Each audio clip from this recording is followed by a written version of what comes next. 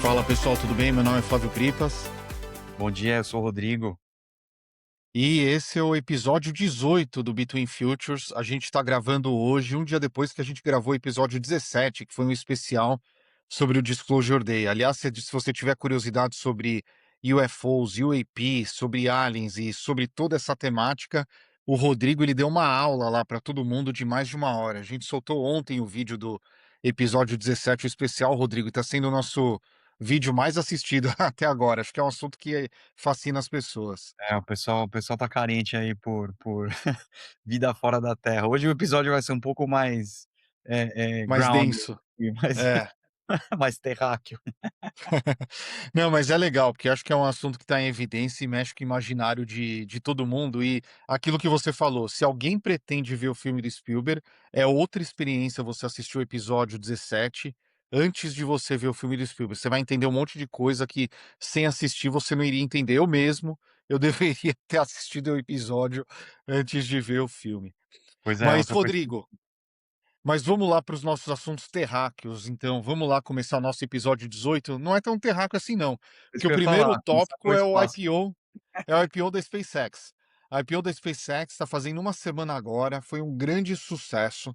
Assim, o Elon Musk simplesmente calou a boca de todos os analistas que estavam falando contra a IPO dele. Eu mesmo, em alguns momentos, eu mordi a língua, porque a gente chegou a comentar isso no nosso podcast, que talvez a SpaceX ela estava se tornando tão estratégica para os Estados Unidos que não iria fazer IPO, mas o Elon Musk ele bateu na frente de todo mundo. Ele conseguiu mudar aquela regra da Nasdaq, que a gente também falou sobre bastante sobre isso no nosso episódio 14 da Bíblia da Mitologia Muskiniana. Falou sobre isso também no episódio 16 sobre os mega IPOs, que ele mudou a regra da Nasdaq e ele vai entrar no índice da Nasdaq 100 na semana que vem já. Ou seja, É, aquilo que valorizou da SpaceX vai valorizar mais ainda nos próximos dias. Mas os números ainda são números que não são muito bonitos, ele ainda tem prejuízo. É uma empresa, olha, hoje é sexta-feira, dia 19 de junho, 10h49 da manhã. A SpaceX está valendo 2,49 trilhões de dólares. Abriu a 1,75. A ação abriu a US$ 150, começou a ser negociada, fechou o primeiro dia de negociação a 160, 161. Hoje está sendo negociada a US$ 185. Então, assim, é um sucesso incrível. Mostra que as pessoas estão se posicionando naquela narrativa do futuro da humanidade, porque é o que a gente falou. Se for ver a empresa hoje pelos fundamentos, ela está dando prejuízo, mas ela vai ser a empresa mais valiosa nos próximos 10 anos. Eu ainda acho, e eu fiz essa previsão, e a gente vai lançar o nosso mercado de previsões. A SpaceX até o final do ano eu acho que vai perder valor, tá? E eu vou é, colocar no nosso mercado de previsões aqui que até 31 de dezembro agora de 2026, a SpaceX vai estar valendo 60% do valor da IPO, vai. é, 60% do valor da IPO. Mas daqui a 10 anos ela vai ser a empresa mais valiosa do mundo.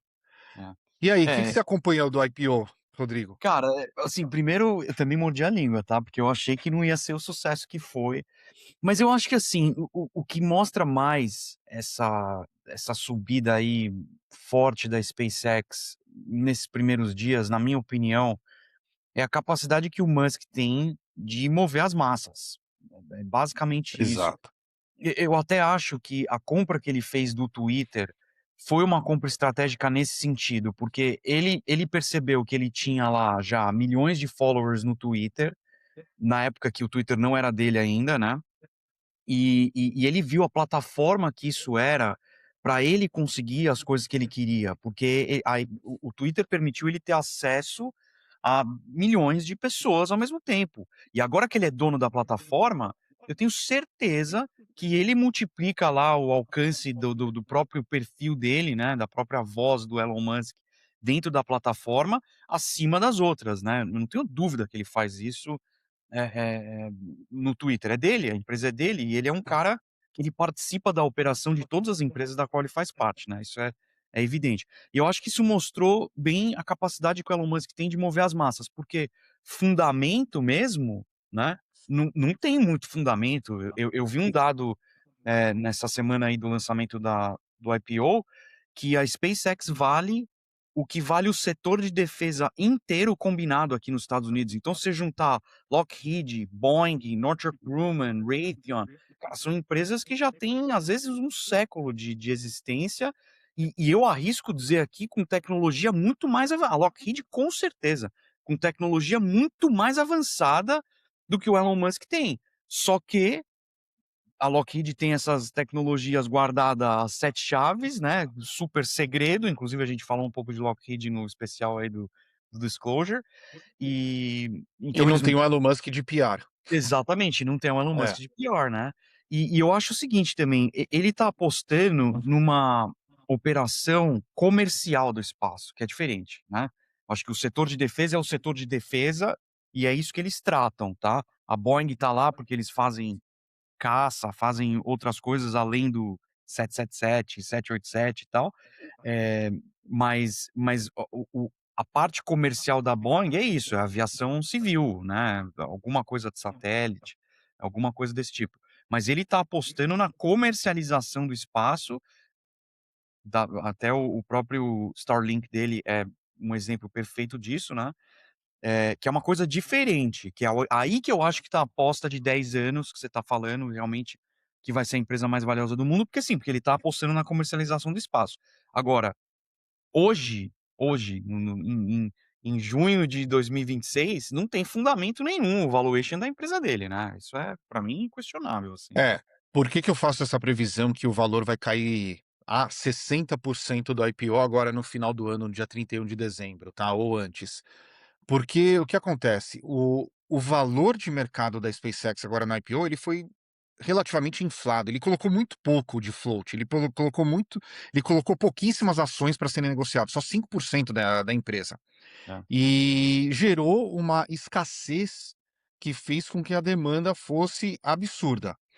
Também uma outra coisa que ele fez, tem muita gente que ficou trancada, que ficou a gente chama no mercado isso de lock-up, né, que você não pode negociar ação. Eu mesmo, eu tinha investimento na SpaceX e na xAI. Aliás, vou dar um furo aqui. A gente vendeu na semana passada nossas ações na xAI, que viraram SpaceX, antes do IPO também, com um pouco de desconto, por causa do lock-up. Ah, Tanto nossas ações da SpaceX quanto nossas ações da xAI, elas ficariam presas por 366 dias, que eu não poderia negociar. E eu não sei se o preço daqui a 366 dias vai ser bom ou não vai ser bom. Então a nossa decisão como gestor dos nossos investimentos, da Stage Ventures, aliás, se você quiser participar com a gente, entre em contato comigo, fazer jabá aqui, mas, como gestor, a nossa decisão foi vender antes do IPO. A gente fez 3,5 vezes na SpaceX, na que a gente tinha comprado 2 anos atrás, e fez quase 2 vezes na xAI, que tinha comprado há 1 ano atrás. O resultado como resultado financeiro foi lindo, mas tem exato. muita gente que pergunta: "Mas por que que você não segurou? Por que que você não deixou no IPO, tal?" Por conta desse período de lock-up. Porque a minha opinião é que a partir do momento que começar a ser que os dados, que os números começarem a ser publicados, quando vencer lock-up, quando tiver mais ação entrando no mercado, quando sair o primeiro resultado, que o primeiro resultado vai ser prejuízo, quando sair o primeiro capex, que são aqueles investimentos que vão ter que ser feitos, o investidor que vai olhar número e fazer conta, ele vai falar: "Olha, não para muito em pé, vou vender minha posição, vou fazer lucro, né, vou embolsar o lucro que eu fiz na operação". Isso vai fazer com que as ações elas vão cair, mas depois as ações vão subir. Quando ele lançar data center no espaço, vai subir. Se ele inventar e ele falou que vai fazer mineração em, meteoro, as ações vão explodir. Quando ele fizer a base na Lua para fazer manufatura, vai explodir mais ainda. Então, assim, curto prazo eu sou bearish, longo prazo eu sou bullish. Vai ser a maior empresa do mundo. Eu acho que agora ele tem que acertar na comercialização do espaço. Acho que esse é o lance. Tudo que ele fez lá com Marte, por exemplo, cara, legal, avança a raça humana aí como conquista do espaço, tal. O espaço é o the final frontier, né. Então, tudo isso eu acho muito legal, mas assim, tem um valor de comercialização baixo, né. O que que você vai fazer lá em Marte, entendeu? Né. Pode até argumentar mineração, e tal, mas tá muito longe, não é uma coisa comercialmente viável ainda. Mineração de asteroide, cara, possível, mas também tá um pouco longe. Acho possível, talvez é o low hanging fruit aí, mas, em comparação com os outros, mas também tá longe. Agora ele tem que acertar nessa comercialização do espaço. Starlink, cara, perfeito, mas era uma coisa relativamente fácil de fazer, quando a gente compara com as outras coisas que a gente tá discutindo aqui, né. Data center no espaço, mais fácil do que mineração de asteroides, É. sem sombra de dúvida, muito mais Sabe fácil. que deixa eu Satélite, dar uma informação, desculpa te cortar, porque eu acho que essa informação imagina. ela é relevante. Quando a gente fez investimento na SpaceX em 2024, a gente teve acesso aos documentos, alguns documentos de plano da empresa.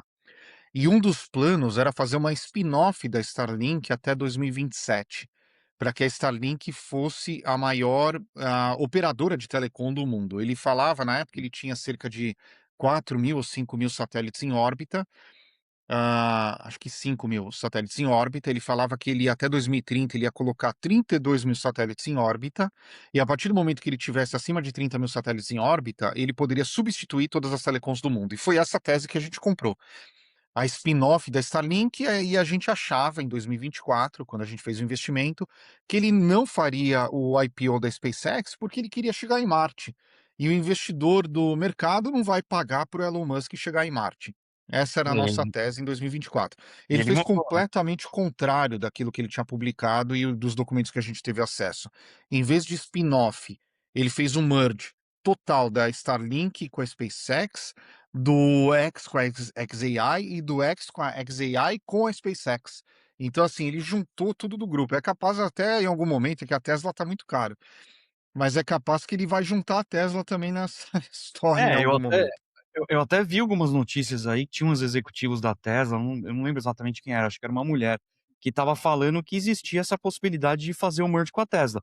Que quando você pensa no carro, no automóvel, putz, não faz muito sentido.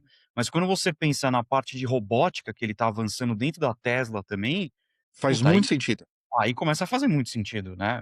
Pô, começou. Inclusive no prospecto no S1, no prospecto do IPO agora da SpaceX, ele fala sobre isso, que é manufatura na Lua com robôs, não com seres humanos.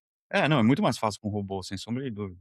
Muito mais fácil. Eu acho É. que é difícil com robôs ou com seres humanos, mas É, é, então, enfim. mas é mais fácil, né, você não tem que alimentar o robô, não tem, se É. preocupa com radiação um pouco menos, mas, né, eh, com certeza é mais fácil com o robô. Agora, o negócio da Starlink é que ele reduziu o custo do satélite, né, acho que isso também é uma coisa importante que, pô, antes um satélite não só o lançamento, o satélite em si, né, os satélites da SpaceX são uma coisa pequenininha, do tamanho de uma caixa de sapato, assim, mais ou menos.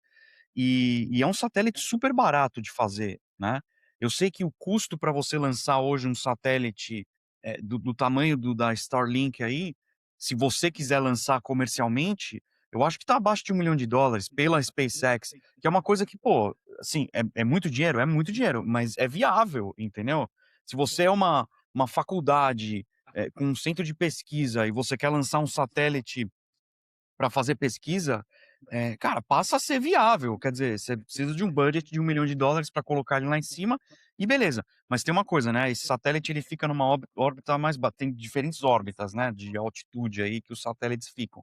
Os grandões, gigantes de telecomunicação, espionagem e tal, ficam super altos. Esses da Starlink, eles ficam numa órbita que tem gente que até considera que não está exatamente fora da atmosfera não, ele está meio que dentro ainda, mas ele fica orbitando nessa órbita baixa, aí tem um nome técnico, eu não lembro. Mas era uma órbita que não estava explorada, né, não era uma coisa que estava sendo explorada e ele foi lá e encontrou esse caminho.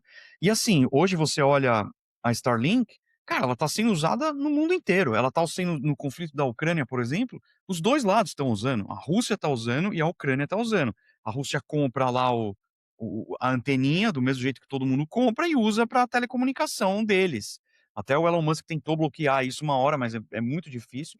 E a Ucrânia usa, para diversas coisas, para dirigir os drones, tudo lá, eles estão usando o Starlink.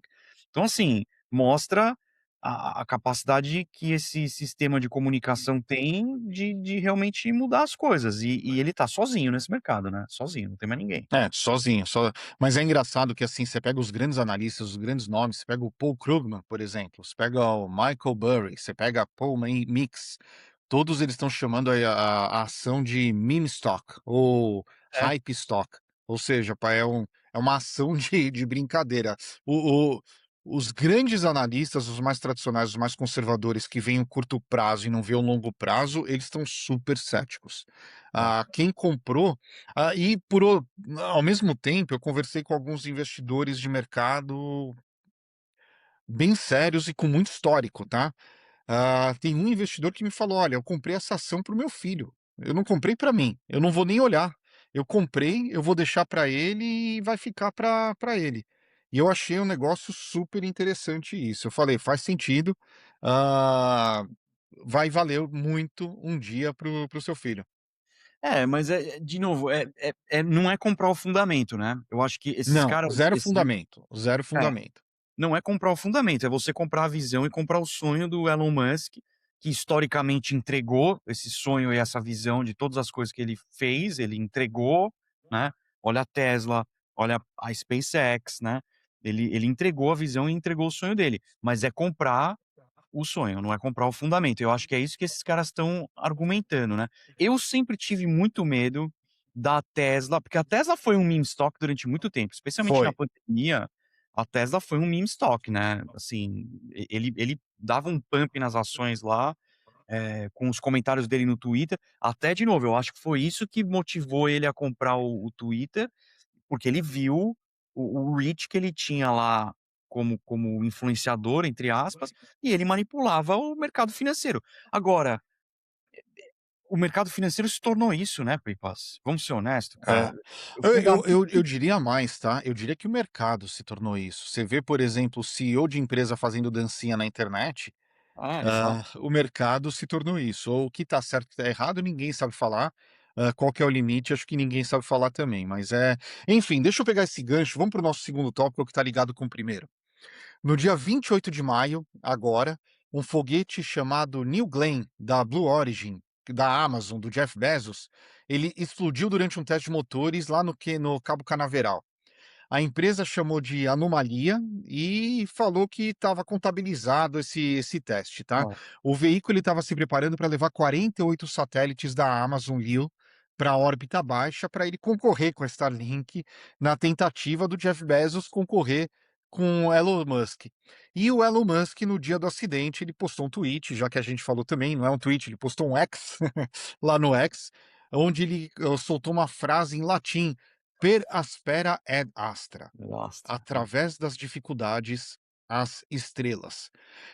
Pô, ao mesmo tempo que foi uma alfinetada no concorrente do Elon Musk no concorrente Jeff Bezos, foi uma frase bonita, porque dá dificuldade às estrelas. O Elon Musk, você pode criticar ele o quanto for, você pode criticar o Jeff Bezos o quanto for, mas os 2 estão levando a humanidade para frente, através das dificuldades as estrelas.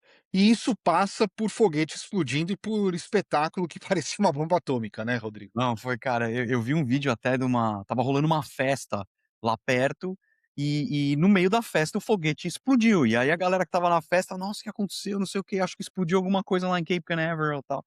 Mas, cara, eu acho que, assim, a explosão do foguete, eu lembro quando estava explodindo os foguetes da SpaceX, que eles estavam tentando fazer ele aterrissar, e todo E todo mundo mundo criticava. criticava, não sei o quê. E o que as pessoas que não fazem parte do mundo de aviação, vamos falar assim, não entendem, é que isso é parte do processo, a explosão é parte do aprendizado, entendeu? Não dá para você criar uma coisa tão complexa e difícil como uma máquina, que é o foguete, sem você ter entendeu? O crash test, o avião cair, assim, isso faz tudo parte do processo. Historicamente, se você pegar o processo de desenvolvimento dessas aeronaves de fronteira que os Estados Unidos teve, e aqui eu vou longe, desde a década de 50, 60, 70, eles estavam testando o Blackbird, por exemplo, o SR-71, que é um dos aviões mais avançados que já foram inventados na humanidade. É um avião da década de 60. Então, assim, caiu, e explodiu, entendeu? Teve um outro chamado XB-70 que é lindo, o avião é maravilhoso, parece um Blackbird, assim, parece o Concorde na verdade, mas era um bombardeiro tático, da Guerra Fria. Aí vieram um míssil intercontinental e mudou um pouco a doutrina militar. Mas ele explodiu, acho que fizeram 10, dos 10 acho que explodiram 7, assim. Faz parte do processo, faz parte do processo. Tem até um filme que chama The Right Stuff. Puta, quem não assistiu esse filme, assista, porque é espetacular, e ele conta a história dos pilotos de teste desses aviões, porque os caras tinham que ser muito corajosos, porque, né, o teste aí que a gente viu dos foguetes não tinha ninguém lá dentro, graças a Deus, mas para testar os aviões nessa época não existia drone, não existia controle remoto, teste por computador, não, tinha que ser um cara lá louco que entrava lá dentro e que queria falar: "Bom, tá bom, vamos ver o que acontece se eu quebrar a barreira do som, vamos ver o que acontece". E os caras não sabiam o que que ia acontecer, entendeu? Então o filme é muito legal, e eu acho que mostra um pouco isso da cultura da aviação e cultura aeroespacial, que, meu, faz parte, explodir faz parte, entendeu? Faz Você parte. comentou em algum dos episódios sobre o Howard Hughes, Hã, e tem aquele filme O Aviador, né, que acho que chama o filme dele. tá. Ele caía e falava: ele só via, agora tem que apertar mais esse parafuso", e é Não, isso, não tem jeito. é isso, é exatamente isso, a aviação é isso. Isso acontece também no automobilismo, por exemplo. Indústria automotiva é diferente, mas o automobilismo acontece isso muito também, né. Ah, mais antigamente do que hoje em dia, porque hoje em dia tem o computador, que você joga lá os parâmetros, ele faz o teste, simula não sei quantas milhares de vezes, os cenários e faz o teste. Mas isso acontecia no automobilismo, só que o automobilismo é isso, o cara Tem um andando, né. Tem um caso com o Felipe Massa, daí acho que você pode me corrigir se eu estiver errado, que parece que ele deu uma batida, uma das asas frontais lá, ela quebrou, entortou, não sei o quê. E daí o engenheiro falou: "Não, vem aqui no pit stop para você trocar". "Não, não, o carro tá andando muito mais". E daí eles mudaram o desenho lá da asa por causa desse acidente. Teve um negócio Eu não desse, não conheço essa teve? história, eu não conheço essa É. história, mas tem o automobilista tá cheio dessas coisas, entendeu. Também o computador não consegue simular absolutamente todos os cenários, entendeu. Você precisa ter na prática e ver o que que vai acontecer e botar as coisas a teste, né, óbvio, entendeu. E de novo, acho que a indústria aeroespacial em especial, faz parte, literalmente faz parte do processo dessas explosões. A NASA explodiu, foguete brasileiro explodiu também, não sei se você lembra. O foguete Aham. chinês explodiu agora recentemente. Faz parte, porque assim também, cara, é muito difícil, é muito complicado. Fazer o que o Elon Musk fez, e aqui a gente tem que tirar o chapéu de novo pra ele, fazer o que ele fez com os foguetes dele, e eu vejo 2 coisas aí que são impressionantes. O primeiro é ele ter conseguido aterrissar o foguete, que assim, é muito difícil, A tá. gente sempre falou que foguete não dava ré. É. Então, exatamente, e dá, né, aparentemente. E muito difícil, tá. E acho que o Jeff Bezos conseguiu também no foguete dele aterrissar. Uhum. E o segundo é o motor do foguete da SpaceX.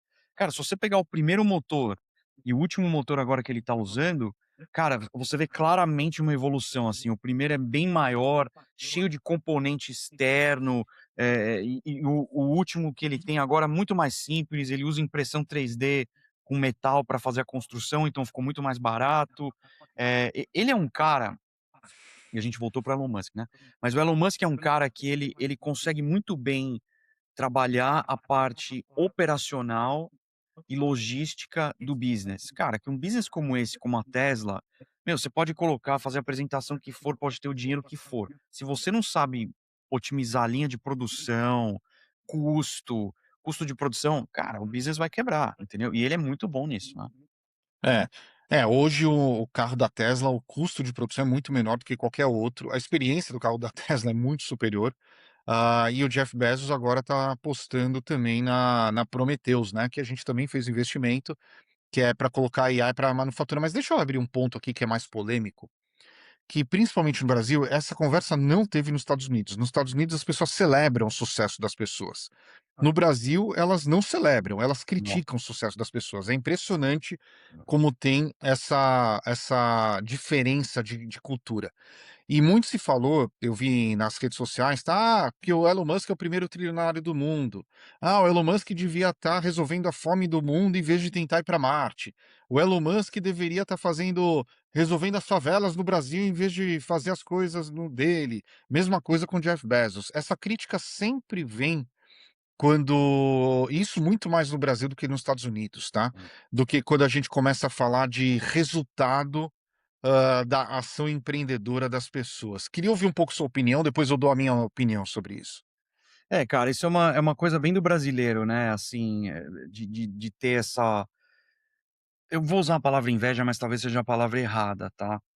Eu não sei se é inveja, mas esse senso de que o cara deve alguma coisa para a sociedade, entendeu, e que a sociedade tem que cobrar alguma coisa do cara.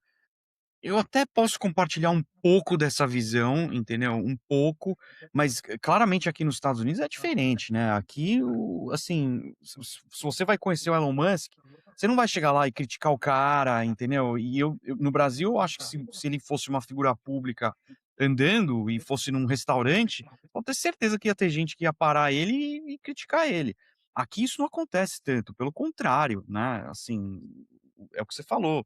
Aqui o empreendedorismo é celebrado, o self-made man, né, é uma coisa, é um termo muito americano esse do self-made man. E eu acho que o Elon Musk, cara, não tem maior self-made man do que o Na Elon na Musk. história.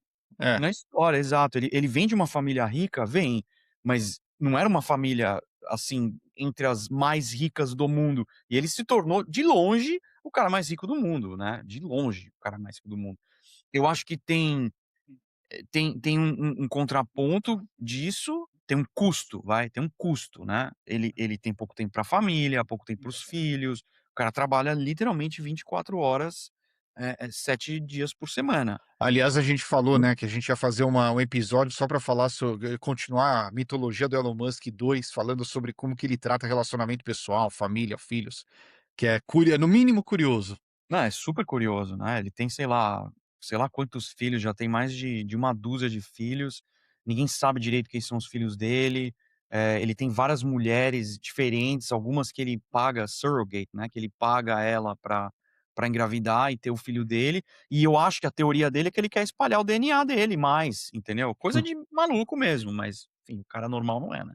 É, mas, a minha opinião sobre esse assunto é que, assim, give back eu acho que é extremamente importante, tá.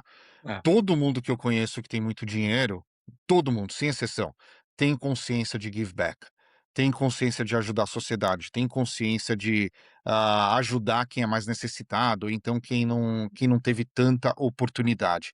Principalmente os self-made mens and womens and é, women. Porque, são pessoas que passaram por algum momento por ou alguma dificuldade ou tiveram que se esforçar muito para conquistar aquilo que eles têm e eles veem que, se eles podem ajudar de alguma maneira. Então todos, sem exceção, têm isso. é, Ao mesmo tempo, ah, na minha opinião, se a gente não tivesse empreendedores que nem o Jeff Bezos, que nem o Elon Musk investindo para que a humanidade possa ir para frente, a humanidade ainda estaria na época das pedras. é, Ainda estaria na pedra lascada, ainda estaria descobrindo fogo, ainda estaria descobrindo a roda.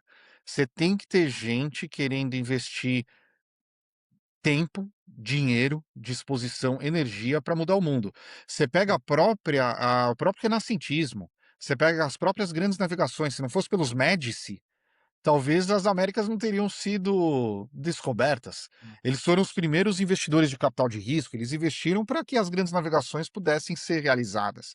Então, assim, você tem o é uma realidade que no Brasil o pessoal machuca quando ouve, você precisa fazer muito dinheiro para poder ajudar as pessoas e para poder o mundo ir para frente. Foi engraçado, quando eu estava no Cubo, um dia eu fui abrir, um evento do GIF, que era um grupo de ONGs, gestão de ONG e tal. Daí eu falei assim: "O maior fator de sucesso de todas as ONGs que estão aqui é o lucro das empresas". Porque se as empresas não tiverem lucro, elas não têm como doar para que vocês possam executar suas operações. E é uma realidade que pouca gente encara de frente e a gente tem que encarar isso de frente. é. É muito cultural também, né, os Estados Unidos, de novo, é um país de empreendedor, é um país de fronteira em termos de desenvolvimento tecnológico. Cara, o desenvolvimento tecnológico aqui nos Estados Unidos, de tudo, tá, de tudo, inclusive comparado com a China, a gente fala muito desse paralelo aqui China e Estados Unidos.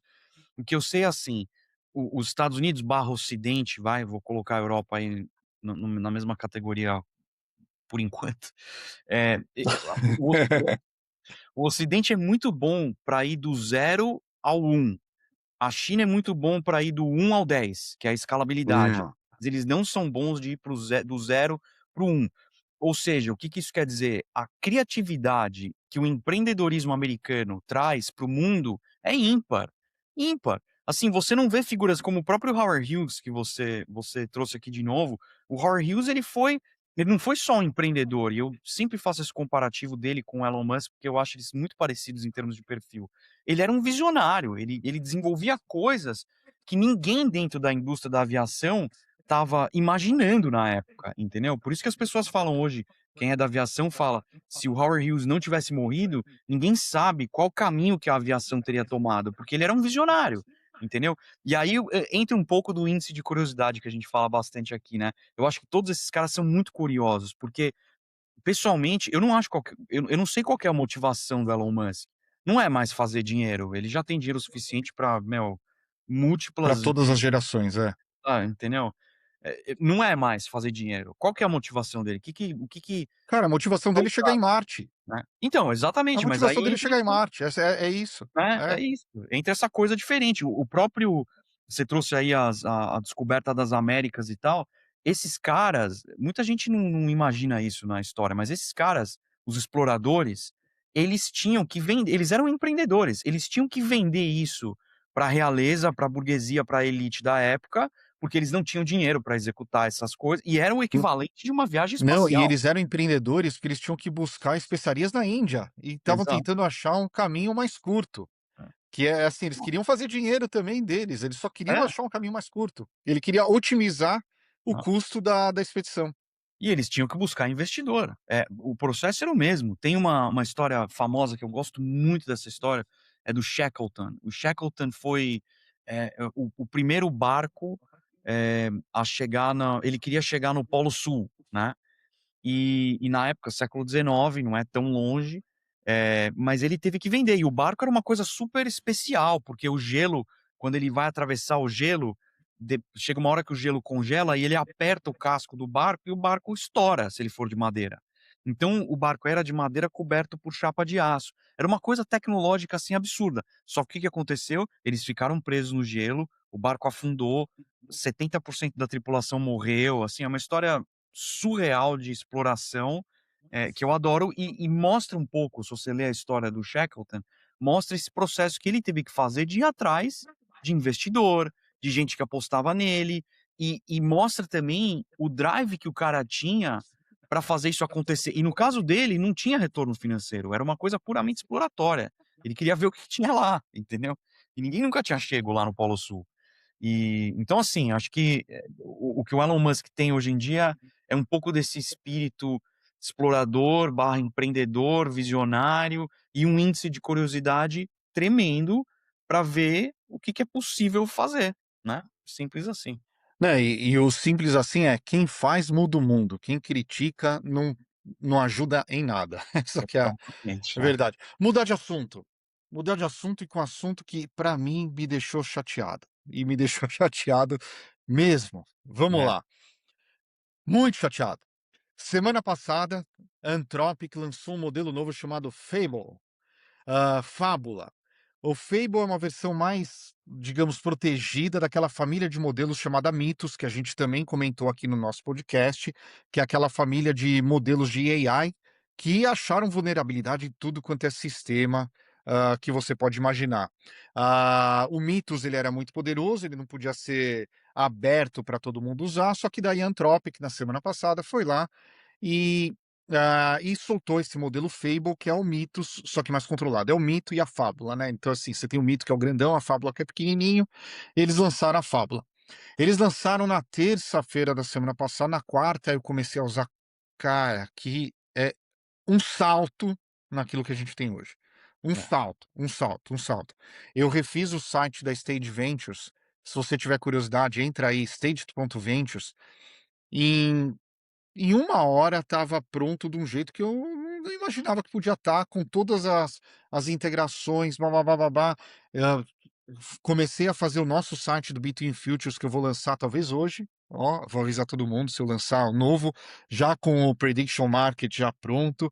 Comecei a fazer assim, estava empolgadíssimo, porque ele é diferente. Ele é diferente, ele é um salto, ele custa caro, gasta muito mais token do que os modelos que eu estava usando antes, que era o Claude, o Opus 4.8, então o Codex com GPT 5.5, mas assim, é impressionante. Só que, na sexta-feira passada, 3 dias depois que ele tinha sido lançado, dia 12 de junho, a Anthropic publicou uma nota dizendo que uma diretiva de controle de exportação do governo americano pediu para suspender o acesso ao Fable e ao Mythos por qualquer cidadão estrangeiro, mesmo dentro dos Estados Unidos, É, esse é um detalhe inclusive importante. funcionários estrangeiros da própria Anthropic.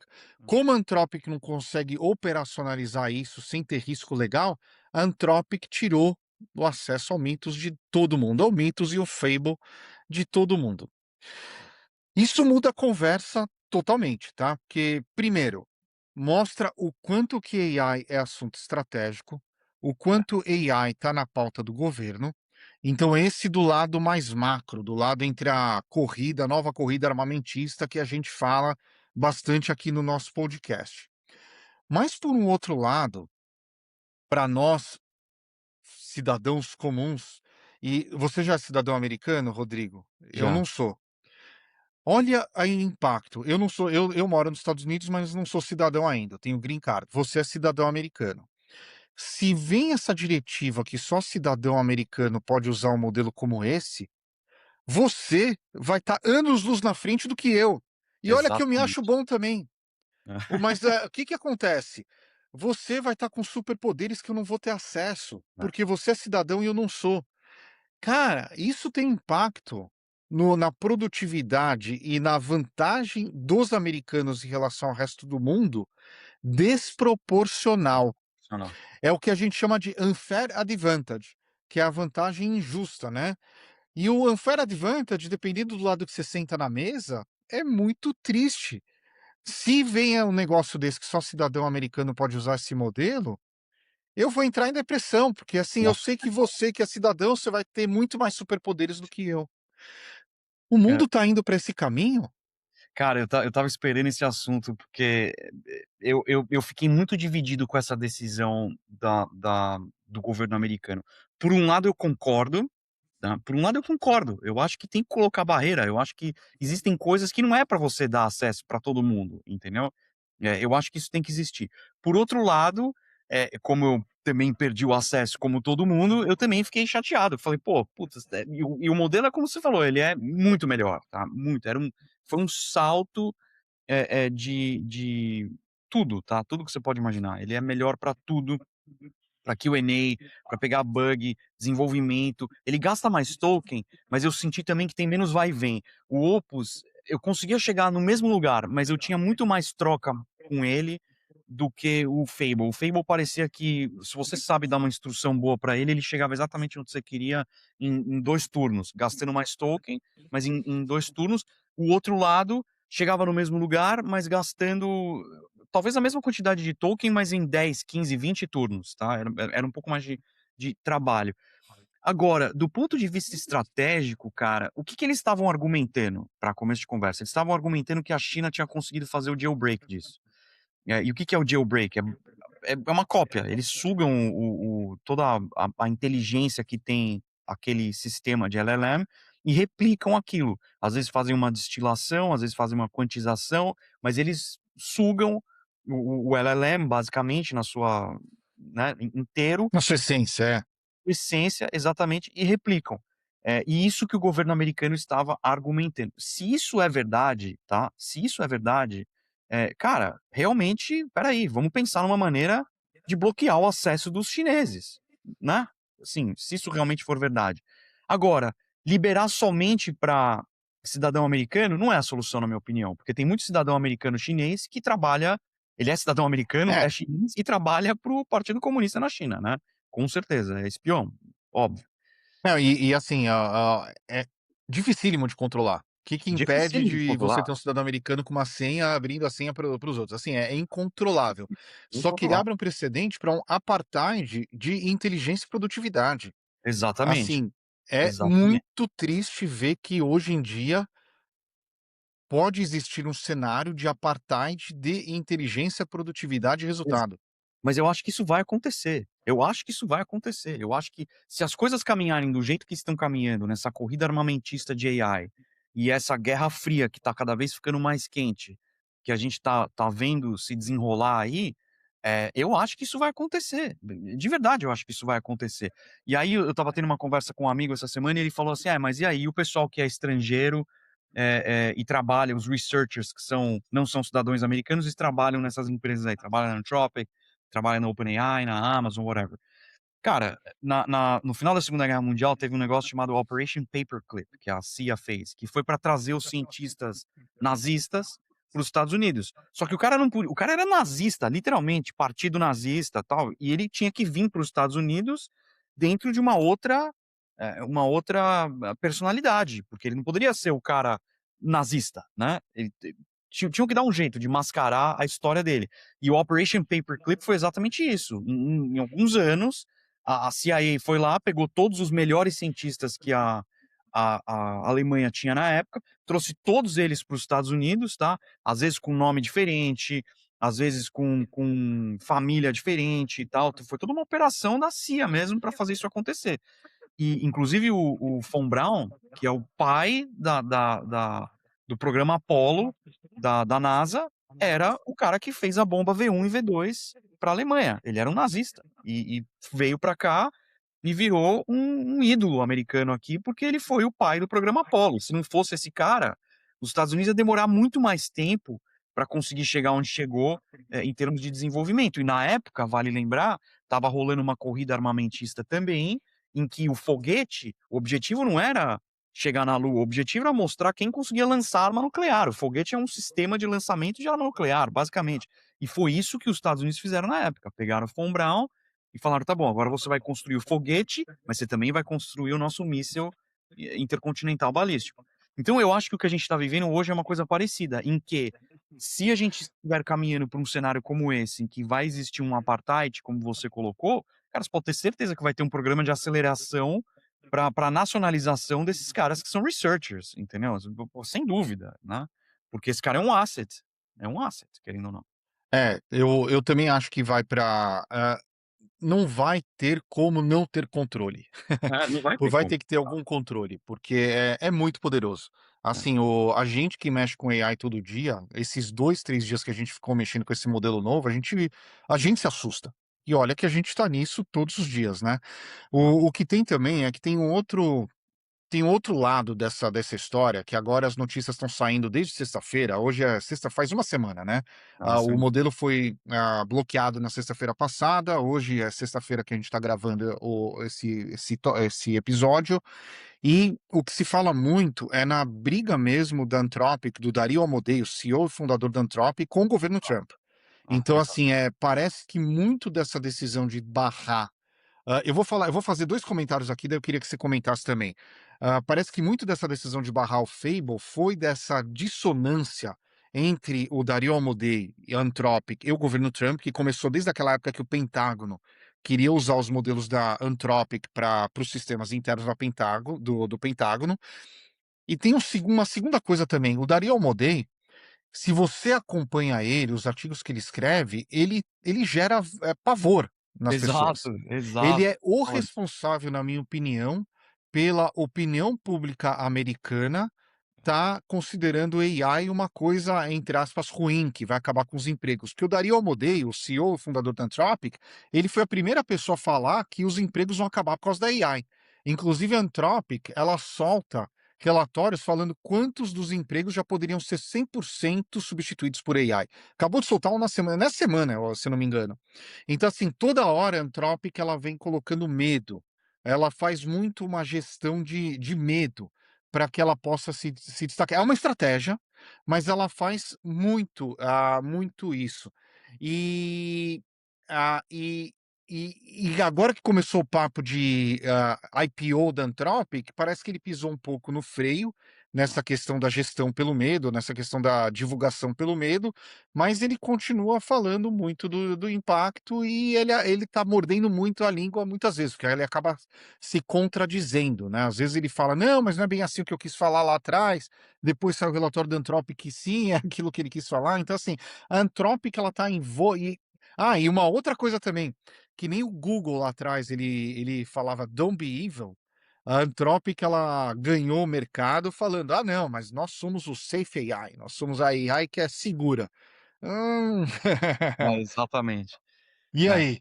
Cara, não, eu acho que você colocou muito bem, eram todos os pontos que eu queria trazer para discussão também, porque, primeiro tem essa briga aí do Pentágono com a Anthropic, e aqui eu enxergo os 2 lados e eu meio que concordo com os 2 lados. Eu acho que o Amodei, ele tem razão em tentar conter um pouco o uso de AI, em armas, e o argumento dele tem uma tem um Desculpa, só que eu esqueci de falar, semana passada ele soltou um artigo falando que a gente deveria desacelerar o desenvolvimento de AI, mas exatamente. ele mesmo falou que é impossível desacelerar, porque se ele desacelerar os outros não vão, inclusive os países competidores dos Estados Unidos, mas vai lá.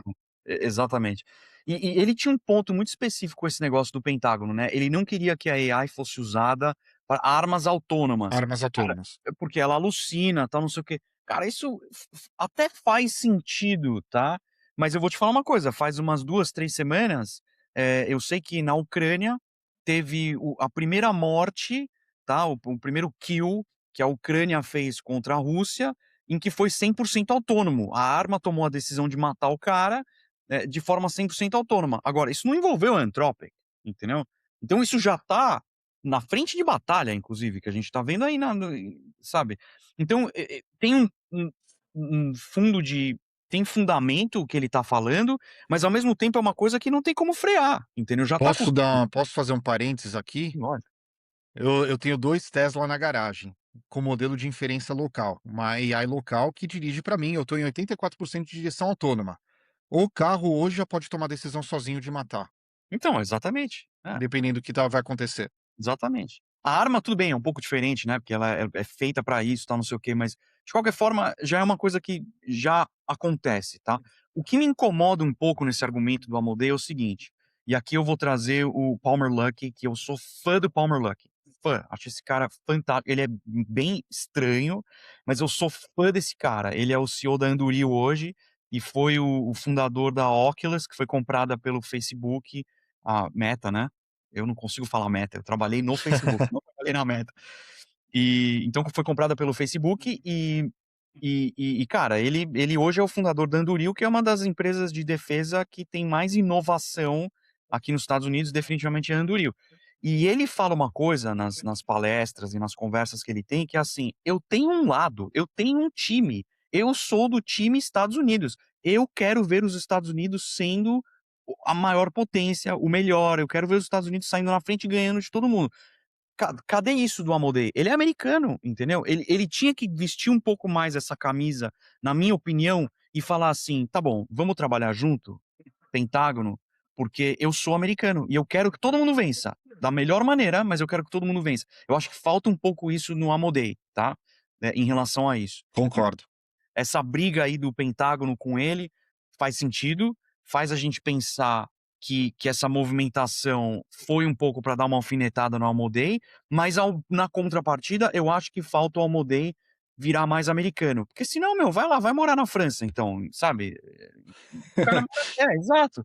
O cara mora aqui por Em uma razão. Shenzhen, Shenzhen. Ele Vai morar tá em Shenzhen. o Shenzhen, ele tá aqui por uma razão, ele tá desenvolvendo a empresa dele aqui por uma razão, entendeu? E então esse é um ponto que eu acho que é importante, né.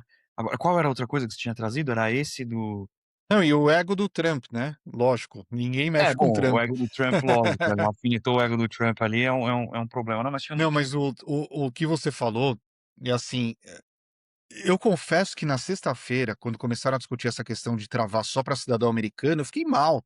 Eu fiquei hã? mal, porque assim, ah, eu fiquei mal pensando assim, você cria classe de pessoas hoje no mundo. A gente já falou isso no podcast também, que a AI, eu mordi a língua a isso também no passado, que eu achava que a AI ia ser a ferramenta de maior equalização de produtividade, conhecimento das pessoas. Porque Ele todo não mundo tá que tem falando. acesso poderia entregar mais, poderia fazer melhor, poderia aprender blá-blá-blá. E depois eu mudei essa opinião. A AI, quem tem acesso e quem sabe usar melhor, fica incomparável É, com quem não tem acesso ou não sabe usar tão bem. Não é que fica melhor, fica incomparável. São 2 são é uma distância muito grande entre quem usa bem AI e quem não usa ou quem não sabe usar. é. Então, Não, assim, ainda mais modelos poderosos, isso vai exato. aumentar muito a distância. E eu estava tendo uma discussão com um amigo essa semana também, em que eu falei pra ele assim, eu falei: "Cara, é muito difícil você ficar longe de acompanhar o desen especialmente para nós que a gente trabalha com isso, é muito difícil ficar longe de acompanhar o desenvolvimento de AI, porque se você fica 2, 3, 4 semanas longe, cara, você tá muito para trás, porque acontece coisas muito rápido. E o que eu argumentei para ele também é o seguinte: a complexidade tá aumentando. A AI deixou de ser só um chatbot, que é 99% das pessoas que falam que usam AI, elas usam um chatbot. Elas baixam o aplicativo da OpenAI e da Anthropic no celular e conversam com o sistema de LLM. E, cara, eu e você, a gente sabe que, pelo menos o jeito que eu e você a gente usa AI, tá longe de ser isso. Longe de ser isso. A gente vai muito além só de ficar trocando ideia com o sistema de LLM. E a complexidade dessas coisas está aumentando. Entendeu? Hoje eu estou criando coisas aqui com as minhas Sparks, por exemplo, em que eu crio Retrieval Augmentation, eu faço treinamento de LoRa, que é para você treinar Low Ranking Adaptation, né? Você põe um layer de especialização entre a AI e a resposta que ela dá. Cara, é um nível de complexidade que vai aumentando. Eu faço routing de diferentes modelos, então eu faço a pergunta, o sistema define qual modelo que ele vai acionar, se é o modelo de código, se é o modelo conversacional, se é um mixture of experts, entendeu? De novo, vai aumentando a complexidade. Se você sabe usar essas coisas na sua complexidade, tá? É, você tá muito na frente, mas muito na frente. Só que, de novo, não é fácil. Não é fácil. Parece fácil, mas não é fácil. Então, é uma falsa impressão que eu acho que as pessoas têm que você, ah, beleza, eu converso com a AI e ela gera uma apresentação pra mim que ficou bonita. Tá, legal. Tá bom, né? Muita gente consegue fazer isso. Agora, vai o passo além, entendeu? Começa a trabalhar no modelo, pede para fazer coisas de novo, precisa de um uso de caso, né? Também não dá para ficar inventando problema. Mas, eh, eu acho que é isso que vai fazer a distância aumentar mais ainda, porque, de novo, a complexidade está aumentando, tem pessoas que estão acompanhando esse desenvolvimento de perto, tá? E conseguindo, elevar o conhecimento junto com esse aumento de complexidade e pessoas que estão paradas aí numa base, né, de uso da AI. Eu acho que e pessoas que nem estão usando, tá? Tem os 3 aí níveis. Eu acho que vai existir uma distinção grande, mas eu acho que também que vai chegar uma hora que vai descolar, e vai ficar muito mais difícil você alcançar o cara que já tá lá na frente, entendeu? Fica palavra de alerta aí pra galera, inclusive. E é mesmo. Deixa eu já ligar no próximo assunto, que o Satya Nadella, ele é o CEO da Microsoft, tá? Ele publicou um artigo no X que chama "A Frontier Without an Ecosystem is Not Stable". Ele estava definindo que a disputa da AI não deve ser só sobre quem tem o melhor frontier model, mas a estratégia, se cada empresa consegue construir um ciclo próprio de aprendizado entre pessoas, agentes, dados, workflows, avaliações privadas e modelos, preservando seu conhecimento institucional em vez de entregar tudo aos poucos para os modelos generalistas. Eu li aqui minha cola. Enfim, Faz o que, sentido. que o Satya Nadella ali falou? Na minha opinião, tá? E daí eu queria ouvir a sua também. A corrida pelos frontier models, ela já está perdida porque não está nessa corrida. Então, assim, você tem 2 grandes players fazendo essa corrida. Você tem a OpenAI e você tem a Anthropic. A Microsoft está indo pelo lado, mas não sei se vai se posicionar.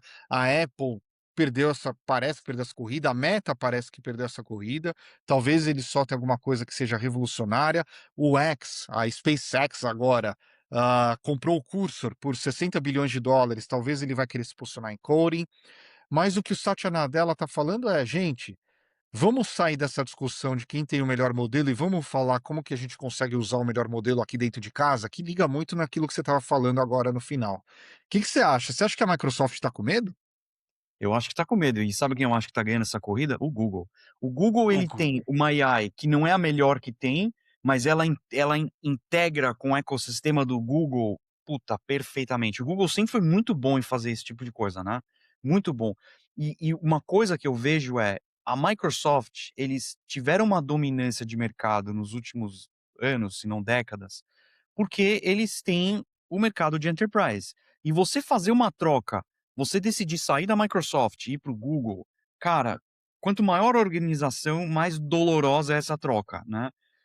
Então, não é uma coisa simples, você mudar o seu provedor de e-mail, mudar o seu cloud, eh eh o seu cloud database, né? Não é uma coisa simples, é uma coisa complicada pra caramba. Então, eu vejo que as pessoas acabam ficando na Microsoft, por comodidade, porque é muito difícil trocar. E aqui, essa semana, eu tive um cliente, ele teve um problema com a Microsoft, né? Ele estava lá no business tier, whatever. E a maioria dos meus clientes aqui nos Estados Unidos, por serem empresas médias, eles estão na Microsoft, que pra mim eu falo: "Puta, cara, é tão mais difícil desenvolver dentro do ecossistema da Microsoft, é chato, é mais burocrático, do Google é tão mais fácil, cara". Mas os meus clientes estão na Microsoft, na sua maioria. E esse cara teve um problema com a Microsoft, mas ele ficou pau da vida, ficou puto, ele não conseguia falar com ninguém. Ele falou: "Cara, eu só falo com AI, e não eu não quero falar com AI, eu quero falar com um humano para resolver o meu problema". E aqui, um parênteses, às vezes eu tenho clientes que viram para mim e falam assim: "Ah, Rodrigo, essas são as tarefas que eu quero automatizar com AI". Propositalmente, eu tenho ficado longe de coisas, de automações que lidam com o cliente dele. Eu falo assim: "Cara, vamos Uhum. automatizar seu back office? Vamos automatizar o seu back-end, vai?" Porque a AI não as pessoas não querem lidar com a AI. Automatiza o que você pode aqui dentro da sua casa, mas para falar com o seu cliente, cara, é a coisa mais importante do seu business hoje é você manter o relacionamento com o cliente. Eu vejo eu mesmo, os meus clientes, eu vejo o quanto eles valorizam o relacionamento que eu acabo criando com eles, entendeu? De ir no escritório dos caras, visitar o lugar deles, falar com os caras no telefone. Ontem eu fiquei 1 hora e meia com esse cliente no telefone e a gente não falou só de trabalho, entendeu? Perguntei como tá a família dele, ele me contou dos projetos, falou das dificuldades, entendeu? E eu acho que esse relacionamento humano passa a ser mais importante agora, no mundo que a gente vive, do que nunca, na minha opinião. Então, assim, eu acho que é mais importante você automatizar seu back-office. E o que que eu vejo? Você pega uma empresa como a Microsoft, que é gigantesca, em que a primeira automatização que eles colocam lá no sistema deles é para automatizar o customer service, porra, é óbvio que a galera vai puta, entendeu? É, Óbvio. é. E aí o que que ele fez? Ele trocou Microsoft por Google. Doloroso, doloroso. O cara tem anos e anos de histórico dentro da Microsoft. Mas assim, ele viu o quão mais fácil era integrar o Google dentro das coisas que a gente estava fazendo com AI, e foi o primeiro cliente que eu não empurro para ninguém. Eu não falo assim, eu tento me adaptar ao workflow do cliente. Eu não tento virar e falar para o cara que ele tem que mudar o workflow dele, tá? Mas, ele foi o primeiro cara que observou o que eu estava fazendo e falou assim: "Cara, eu vou mudar, porque eu tô vendo que é mais fácil", entendeu. Então eu acho que a Microsoft tá perdendo essa corrida definitivamente, tá. Eu acho que eu não gosto do Satya Nadella, eu acho que ele transformou a Microsoft numa coisa que eu pessoalmente não gosto. Inclusive eu comprei essa semana uma camiseta escrito Microslop, porque, cara, a Microsoft tá horrível. O push que eles fizeram com o AI dentro do Windows, cara, horrível. Marketing horrível. Product market fit. Ninguém queria aquele negócio do jeito que eles enfiaram dentro do Como Windows. chamava o agente deles? Era Corina? Como que era? Copilot. Era não, Copilot. não, antes. Ah, não lembro, cara, não lembro. Ah, Mas enfim. era horrível, integrado de um jeito que ninguém queria, cara. E outra, o Windows pra gamer, por exemplo, eu sou gamer, eu tenho meu computador aqui Windows pra gaming. Hoje em dia é um computador de game, eu não faço mais, eu comprei meu MacBook aqui de novo, voltei pra Apple e não uso mais o Windows, tá lá só pra gaming. Mas mesmo na corrida de gaming, com a Steam criando o layer de tradução de jogos para o Linux, eles estão perdendo essa corrida para o Linux também, entendeu? Eu só não mudei para o Linux ainda, porque tem jogo que não roda no Linux, mas a gente vai chegar num ponto em que todos vão rodar, e aí eu quero ver o que a Microsoft vai fazer, entendeu? Então, assim, tem um ponto de verdade no que ele tá falando, tá? Eu acho que realmente a corrida pelos modelos base já tá perdida, tá? São esses 2 3 players aí que estão ganhando, mais os chineses, né, que tem aí alguns modelos open source que eu gosto, eu uso, mas com cautela, né. Então assim, tem esse outro lado. Porém, eu não sei se é só isso que ele tá falando de você falar: "Ó, tá bom, vamos trabalhar aqui o meu Né, ele ecossistema". tá falando sobre processo, ele tá preocupado com Exato. enterprise, ele tá Mas falando enterprise, para você adotar, você tem que ter as pessoas, não só a automação. Ele tá colocando o papel dele, né, como executivo. exatamente, ele tá colocando o papel dele como executivo, e eu acho que mostra um pouco de desespero da Microsoft. Eles sabem que eles dominam esse mercado de É, enterprise. Eles sabem que o sabe. mercado de enterprise não tá feliz também com a própria Microsoft, e eles vão ter que mudar. Eu sei que eles fizeram umas Olha, mudanças grandes na empresa aí recentemente. eu confesso que cada vez que me mandam um link de uma reunião com o Teams, eu Não, choro, porque o Teams eu não instalei no meu computador, eu só uso o navegador, porque é um vírus de não, computador aquele negócio. não, é É horrível. horrível. E cada Uhum. vez que eu vejo uma pessoa usando Outlook, eu falo: "Nossa, você usa o Outlook que nem os astecas, que legal". Não, e o Mas OneDrive também, o OneDrive você tenta remover ele do Windows, ele brota. Você tira, você deleta o ele OneDrive. brota. Aí você volta no dia seguinte, você reinicia o computador, ele tá lá. Aí você fala: "Pô, como assim eu deletei o programa, cara?" Então, de novo, a Microsoft faz umas coisas que não fazem muito sentido, cara. Mas já que você falou de open source, vamos mudar de assunto aqui. Vamos falar sobre um vexame que aconteceu no Brasil nessa semana, semana passada, nessa semana, Rio de Janeiro em particular. Então, assim, e acho que foi, na minha opinião, um vexame horrível, que é uma aula prática de como você tem que lidar com o open source. Porque o open source é algo que é extremamente importante na comunidade de desenvolvimento de software, sempre foi. A internet só é o que a internet é por conta do open source. A AI só está evoluindo na velocidade que está evoluindo por conta do open source. Eu acho que você pode falar bastante sobre isso. E a Prefeitura do Rio de Janeiro publicou o Rio 3.5 Open 397 bilhões de parâmetros, como parte da plataforma Rio 3 Open, uma família de modelos gratuitos e abertos que o Rio publicou falando que batia todos os benchmarks dos modelos open source. Ou seja, uma inovação pública, modelo aberto, menos dependência de plataforma estrangeira, soberania nacional, capacidade local. Só que o que aconteceu? Publicou no mesmo dia, veio um laboratório que chama Nex, que é chinês, falando que, olha, amigo Rio de Janeiro, o que você fez aqui foi uma mistura do nosso modelo Nex N2 Pro com o Qwen 3.5. Inclusive, eles postaram lá uma prova extremamente simples que qualquer estudante de ciência da computação faria, que é, sem o prompt do sistema que falava "You are real", ou seja, você é o modelo Rio, o negócio que o Rio soltou lá, ele falava: "Não, eu sou o Nex". É. Você perguntava: "Não, quem é você?". "Eu sou o Nex". "Não, quem é você?". "Eu sou o Nex". Ou seja, não teve treinamento de dados, não teve destilação, não teve absolutamente nada, teve só um mix de pesos de 2 modelos existentes e um empacotamento, onde o Rio colocou lá no Hugging Face, falando que era um modelo próprio. Final das contas, comprovado plágio, e no mundo de open source não tem problema você melhorar, fazer fork. Melhorar o que já existe. Só que no mundo de open source, todo mundo sabe disso há 50 anos, que você tem que dar atribuição. Você tem que falar: "Eu fiz um negócio legal, eu fiz um negócio melhor. Eu sou bom, só que eu usei como base o A, B, C e D". O Tá. que não pode é alguém que nem um modelo patrocinado, ou seja, com dinheiro público, Prefeitura do Rio de Janeiro, que daí a gente liga lá no Brasil sempre em desvio de capital, falar: "Não, eu fiz aqui um modelo melhor do que os modelos que existem", e soltar benchmark falando que o modelo é melhor. Minha opinião, vexame bizarro, hã, tendo a falar que só coloca o Brasil no lugar a que o Brasil pertence, que é um lugar irrelevante, e Tá. que a gente tem que tomar muito cuidado com esse tipo de coisa. Não, piada pronta, né, piada pronta. Primeiro que assim, eu até entendo esse negócio de soberania nacional, especialmente diante de um negócio como esse que a gente viu com o Fable, entendeu. Aliás, eh, só fazendo um parênteses, voltando um pouco para aquele assunto, os grandes perdedores disso é a América Latina, Europa, África vou colocar, mas os caras estão tão para trás também que não vale nem a pena, mas Europa e América Latina são os grandes perdedores, porque Estados Unidos vai continuar tendo acesso aos melhores modelos e tal, não sei o quê. A China, idem, tá? Os outros países desenvolvidos, Japão, não sei o quê, também. Agora, Europa e América Latina, grandes perdedores, porque eles não têm a capacidade de fazer o que eles estão se propondo aqui, entendeu?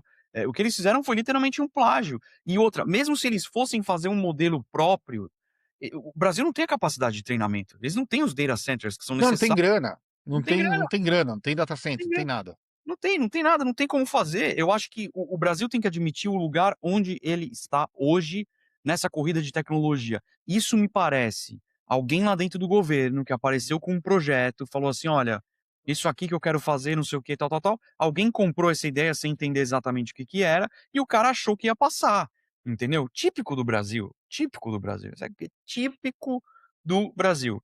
Só que, de novo, piada pronta, não durou muito tempo, né. Hoje em dia as coisas mentira não dura muito tempo hoje em dia, porque, cara, ficou muito fácil desmascarar. Eu sou um super proponente de open source, eu adoro open source, até aqui falei dos modelos chineses, eu uso o Qwen no open source, eu gosto do open source, tá. Tudo que é open source eu tendo a gravitar para o lado do open source, né. Até criação de imagem, por exemplo, putz, o open source está muito na frente dos outros, na minha opinião. Tá na frente da Aliás, um amigo meu, deixa eu fazer esse parênteses, Rodrigo, um amigo meu me perguntou, tá pipocando na internet imagem, assim, que, vamos dizer, sai dos guardrails, é, imagem de open mulher source. pelada, homem pelado, de a imagem, sei lá, de violência, e daí um amigo meu perguntou: "Mas Flávio, como que o pessoal faz isso? Conta como que o pessoal faz isso". Cara, é open source. A internet é 70% pornografia. Quando os caras foram treinar esses modelos de imagem, eu tô usando esses modelos desde o comecinho, eu adoro, adoro brincar com esses modelos de geração de imagem. Cara, você ia na OpenAI, eu falava assim: "Eu quero uma luta de samurais". Beleza, ele gerava, mas não tinha sangue, não tinha braço cortado, não tinha nada disso. E eu queria a luta de samurai, né, eu não queria brincadeira. E aí eu comecei a ir para os modelos open source. Pela internet ter muita pornografia, esses modelos eles pegam todas as imagens que estão disponíveis na internet e eles treinam em cima dessas imagens. Os modelos eram extremamente pornográficos. Então, para você tirar a pornografia, você pedia para gerar o samurai, aparecia um samurai com peito, aparecia um samurai pelado, porque os modelos eram extremamente pornográficos. E aí, aos poucos, eles foram ajustando os prompts, ajustando um pouco dos rails do modelo open source para você conseguir fazer uma coisa melhor. Cara, hoje em dia é isso, e ficou muito fácil fazer o treinamento desses modelos também, né. Você tem o Low Ranking Adaptation, que é o LoRA, que você fala assim: "Tá bom, eu vou treinar um LoRA agora só para fazer, sei lá, barba". Cara, você consegue gerar uma barba exatamente do jeito que você quer, porque você tem o algoritmo, master, vamos chamar dessa forma, o grande, tá, e você tem o LoRa que só vai pegar e gerar só a barba, só aquele pedaço da imagem. E cara, o mundo do open source tem tudo. A galera pode entrar e tem um site que chama Civitai, Civitai, Civitai. É onde tem todos os modelos open source para você baixar. Tem um monte de coisa de pornografia, porque de novo, 70% da internet é pornográfica, e eu acredito que a grande maioria das pessoas que está baixando esse negócio é de fato para gerar pornografia, tá? Mas, lá você tem tudo, e você consegue gerar o que você quiser. Eu mesmo, há uns anos atrás anos, hein, não foi ontem não. Há uns anos atrás eu fiz um LoRa com a minha cara, e eu até publiquei no meu Instagram, nossa, a galera, assim, super comentou, porque ficou muito engraçado. Eu me coloquei e ficou perfeito, era a minha cara, literalmente, e eu me coloquei como lutador de sumô, como, Star Wars, como Jedi, e ficava perfeito. Muitas como mulher, e fica perfeito. E muitas delas você não parecia que era AI, assim, ficou muito real, né, o nível isso eu tô falando há anos atrás, hoje ficou muito melhor. Hoje você tem técnicas de geração de imagem, control net, em que você controla a posição do personagem, saiu um modelo novo agora, em que você tem a imagem, e aí você tem o canvas, na real, né, e aí você vai colocando caixas, e dentro dessas caixas você põe a descrição do que você quer lá. Então, pô, ficou muito mais fácil de você gerar uma cena exatamente do jeito que você quer. Você fala: "Nessa caixa eu quero o Rodrigo, nessa outra caixa eu quero o Pripas e atrás dos 2 eu quero o Pikachu", entendeu? E ele faz, fica perfeito. Aliás, agora eu vou ter que botar em Pripas. Ah, vai ter que gerar essa imagem, vamos E colocar como, então, assim, thumbnail do episódio. isso tudo faz parte do mundo open source. Os grandes geradores de imagem, pagos que existem hoje ficaram para trás, porque o open source passou voando, por cima desses caras e hoje o open source faz vídeo, faz imagem sem Rails, né, então você consegue gerar imagem do que você quiser pornográfico, violência. Violência eles chamam de gore. Então dá pra gelar tudo, tudo que você quiser. Ainda existe uma dificuldade, que os caras não conseguiram matar, mas estão matando aos pouquinhos esse problema, que é consistência de personagem. Então se você quer fazer um filme, e que você precisa gerar múltiplas cenas, múltiplas imagens, o sistema tem dificuldade de manter a consistência daquele personagem sempre com aquela cara, tá. Mas é um problema que eles estão começando a solucionar já também, entendeu. E de novo, open source. Tudo que eu tô falando aqui é open source, você baixa de graça na internet, eh, tudo, 100%. E a mesma É, coisa acontece com o LLM, né, menor, mas acontece. mas voltando para a discussão aqui do Rio de Janeiro, do plágio que o Rio de Janeiro fez do modelo, o que que acontece? Eles não falaram que eles estavam utilizando, eles deram a entender que eles tinham treinado o modelo, e não tem evidência Exato. nenhuma de treinamento. Então é esse que é o É, grande problema. Porque, assim, uma startup errar attribution, uma startup não falar que usou alguma coisa, já é muito feio. Agora imagina algo que é um projeto público, que precisa de muito mais clareza, porque daí vai misturar dinheiro público, a narrativa de soberania, que tá uma narrativa muito grande agora, toda a questão de confiança institucional e prestação de contas. é. Então, assim, o que aconteceu no Rio de Janeiro é E muito a feio. Eu não vou falar que é o Rio de Janeiro, porque o pessoal vai me crucificar aqui, mas é muito feio. Mas, cara, esse dinheiro teria sido muito mais bem utilizado em educação, por exemplo. Cara, o Brasil tá cheio de microempreendedores, entendeu? E inteligência artificial para o microempreendedor é game changer, porque permite o cara fazer coisas que antes ele não tinha nem sonho, nem sonhava em fazer, porque ele não tinha grana para É, contratar uma agência de marketing, construir uma estratégia boa. E hoje, se ele sabe utilizar a inteligência artificial, ele tem acesso a essas coisas. Então, de novo, esse dinheiro teria sido muito mais bem gasto em outro lugar. Não acho que o Brasil tem que se meter nessas coisas de ficar criando modelo, não acho, não acho. Muito melhor se aliar com os Estados Unidos, entendeu? Ter certeza que ele vai ter acesso às melhores coisas, do que ficar tentando brigar por uma coisa de soberania nacional que não existe, assim, honestamente o Brasil nunca vai. concordo. Aproveitando que você falou sobre modelos de geração de imagem, vamos para o nosso último tópico de hoje. E assim, eu acho lindo quando a tecnologia vem para ajudar as pessoas. Lindo, lindo, lindo, lindo.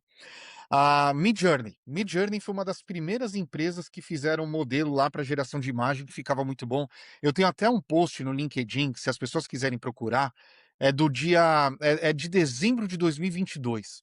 Foi a primeira vez que eu falei: "Porra, o mundo tá mudando". Que eu estava aqui no nascer do sol, eu falei: "Será que eu consigo gerar a mesma imagem do nascer do sol com prompt de texto?". Gente, isso foi vai fazer 4 anos agora no final do ano. Foi a primeira vez que eu falei: "Esse mundo vai mudar", e foi o dia que virou a chavinha na minha cabeça e eu falei: "Eu tenho que estudar esse assunto de AI a fundo, porque isso é muito maior do que eu estou pensando". Foi no dia, acho que 13 de dezembro de 2022 ou 20, acho que foi nisso. Mas enfim, a Midjourney, que é uma das primeiras empresas que fazia geração de imagem, no dia 18 de junho agora, ela anunciou uma nova divisão, chamada Midjourney Medical. E ela apresentou um conceito de um scanner que ela faz um MRI, faz uma ressonância magnética do seu corpo, usando ultrassom, com numa imersão em água, e uma reconstrução em 3D com os algoritmos de AI, onde a resolução é 10 vezes maior do que a ressonância magnética que a gente tem hoje em dia, e é feito em só 1 minuto. Enquanto uma ressonância magnética de corpo inteiro pode demorar até 2 horas. Ou seja, é um salto absolutamente incrível, e o que a Midjourney publicou como visão é colocar 50.000 spas espalhados pelo mundo, e spa mesmo, foi o que eles chamaram. É um spa onde você vai fazer uma sauna, você vai fazer, sei lá, você vai fazer um tratamento estético, e você aproveita para fazer um scan do seu corpo inteiro para procurar por qualquer coisa. Ele é uma ressonância magnética com 10 vezes mais precisão do que a ressonância magnética de hoje. Imagina quando isso estiver à disposição para você procurar se você tem, sei lá, um tumor, um câncer, se você tem, sei lá, algum tendão que não está tão bem que você tem que tratar, qualquer coisa. É um salto para a medicina que ninguém estava esperando.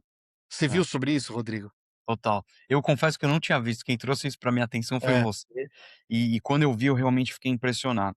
Algumas coisas aqui que chamaram a minha atenção. Primeiro, o fato do Midjourney ter feito um pivot aí, né, que eu acho que foi um pivot extremamente estratégico e que vai em linha com o que eu estava falando antes. A Midjourney era uma geração um gerador de imagens pago, e eu acho que eles perderam a guerra do open source, basically. Que é o que Acho que você falou, que é o que você acabou exatamente. de falar inclusive. Exatamente. Perderam a guerra do open source e eles foram para um lado, para uma indústria que ainda é carente por esse tipo de tecnologia e que tem muita grana. A indústria de health tem muita grana e essa tendência, de wellness aí só tende a aumentar, né. O que eu acho interessante aqui é que eu acho que eles vão baixar o custo do MRI, que a máquina de MRI é uma coisa assim, cara, eu não acho que vai substituir, não acho. Acho que por uma coisa mais profunda, o MRI ainda tem que Cara, existir. eu acho que vai substituir. O Ah, que não eles sei. publicaram, eles estão falando de 10 vezes mais nitidez, de 10 vezes mais precisão, de 10 vezes mais, a imagem mais realista. Por Então, que não? precisa ver. Eu não sei se vai substituir. Se bem que, pensando, o uso da água aí, faz sentido, né, porque a água, transmite melhor. Enfim, tô viajando aqui um pouco na Ó, minha só pra você ter maluquice. ideia dos números dos equipamentos, o equipamento já existe, tá, ele tá em protótipo, ele só não tá em escala comercial. Mas ele é um anel, de 70 centímetros de diâmetro, com 358.000 elementos ultrassônicos, que ficam mandando pulsos de som na água, então é um anel que vai subindo, conforme vai subindo a água, vai subindo também, e ele capta 17 gigabytes por segundo de captura, 40 gigabytes por fatia do seu corpo, em 21 servidores com 2 petaflops de processamento. Cada Nossa. camada tem meio milímetro de espessura, e ele consegue fazer um scan do corpo inteiro em 60 segundos. Cara, é muito transformador. Não, É muito, surreal, é surreal. muito Até transformador. o lance da água me lembra você falou do Star Trek, mas eu lembrei eu sou mais do Star Wars do que do Star Trek. E É. me lembrou aquela cena que o Luke Skywalker, quando ele tá se recuperando, ele fica dentro de um cilindro de água, né, e a hora que o vídeo lá mostra a mulher descendo nesse sendo imersa, né, nesse cilindro de água, me lembrou demais essa cena do Star Wars. Não, é surreal. Eu acho que foi um pivot muito inteligente da Midjourney, eles estão entrando numa área de novo que tá carente, tá precisando, cara, E a só área do de futuro, né, que é a área a área do de a gente vai exato. viver cada vez mais tempo, a gente tem que viver cada vez mais tempo com qualidade. Aliás, desculpa te cortar, o claim Não, deles mas é que, o early imaging, ou seja, você fazer esse scan do corpo a hora que você quiser no spa, pode reduzir 30% das mortes e pode reduzir em até 50% do custo de saúde. Gente, olha a ambição que eles têm.